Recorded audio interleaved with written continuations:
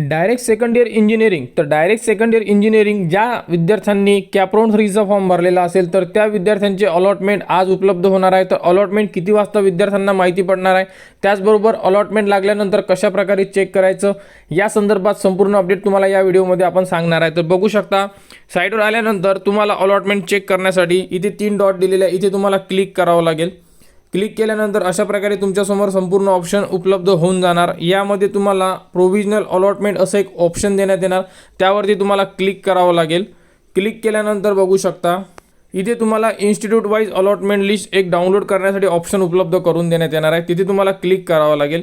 Click केल्यानंतर बघू शकता यामध्ये तुम्हाला सध्या कॅपराऊंड 1 आणि कॅपराऊंड 2चे अलॉटमेंटची जी लिस्ट आहे कॉलेजनुसार ही उपलब्ध झालेली आहे. त्याचप्रमाणे इथे कॅपराऊंड 3ची सुद्धा लिस्ट तुम्हाला व्ह्यू म्हणून उपलब्ध होऊन जाणार.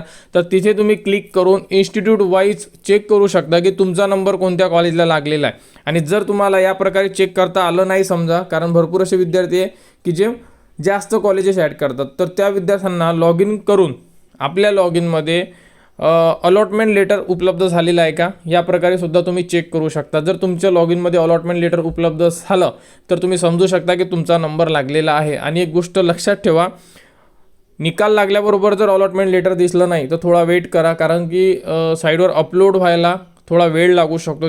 तर तुम्ही डायरेक्टली अंदाज लावू नका की आपला नंबर लागलेला नाही आहे म्हणून. तर नंबर लागलेला असू शकतो, फक्त अलॉटमेंट तुम्हाला उशिरा येऊ शकते. तर अशा प्रकारे सुद्धा तुम्ही अलॉटमेंट चेक करू शकता. आणि आज अलॉटमेंट तुमचे दुपारनंतर लागणार आहे, कारण की राऊंड 3 सुरू आहे आणि जास्तीत जास्त विद्यार्थ्यांनी आपले जे प्रवेश आहे घेतलेले आहे. त्यामुळे इंजिनिअरिंगचा जोही राऊंड होता, जसा 3रा राऊंड लागलेला आहे काल, तर त्यांचासुद्धा राऊंड दुपारी 4:30-5 वाजेपर्यंत उपलब्ध करून दिलेला होता. त्याचप्रमाणे डायरेक्ट सेकंड इयरचे सुद्धा चान्सेस आहे की 5च्या अगोदर आपला जो कॅपराऊंड 3चा निकाल आहे हा जाहीर केला जाऊ शकतो. आणि ॲडमिशन प्रोसेस चेक करून घ्यायला पाहिजे विद्यार्थ्यांनी.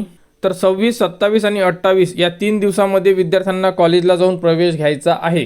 तर ज्याही विद्यार्थ्यांचे नंबर लागेल आणि ज्यांनाही ॲडमिशन घ्यायची आहे तर त्या विद्यार्थ्यांनी उद्यापासून 28 तारखेपर्यंत आपला प्रवेश निश्चित करा.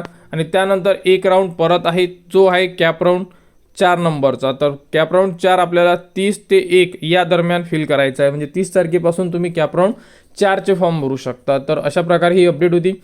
तर इंजिनिअरिंग ॲडमिशन 2026-27च्या अपडेटसाठी आपल्या चॅनलच्या कनेक्टमध्ये राहा, चॅनलला सबस्क्राईब करा व हा व्हिडिओ इतरांपर्यंत शेअर करा.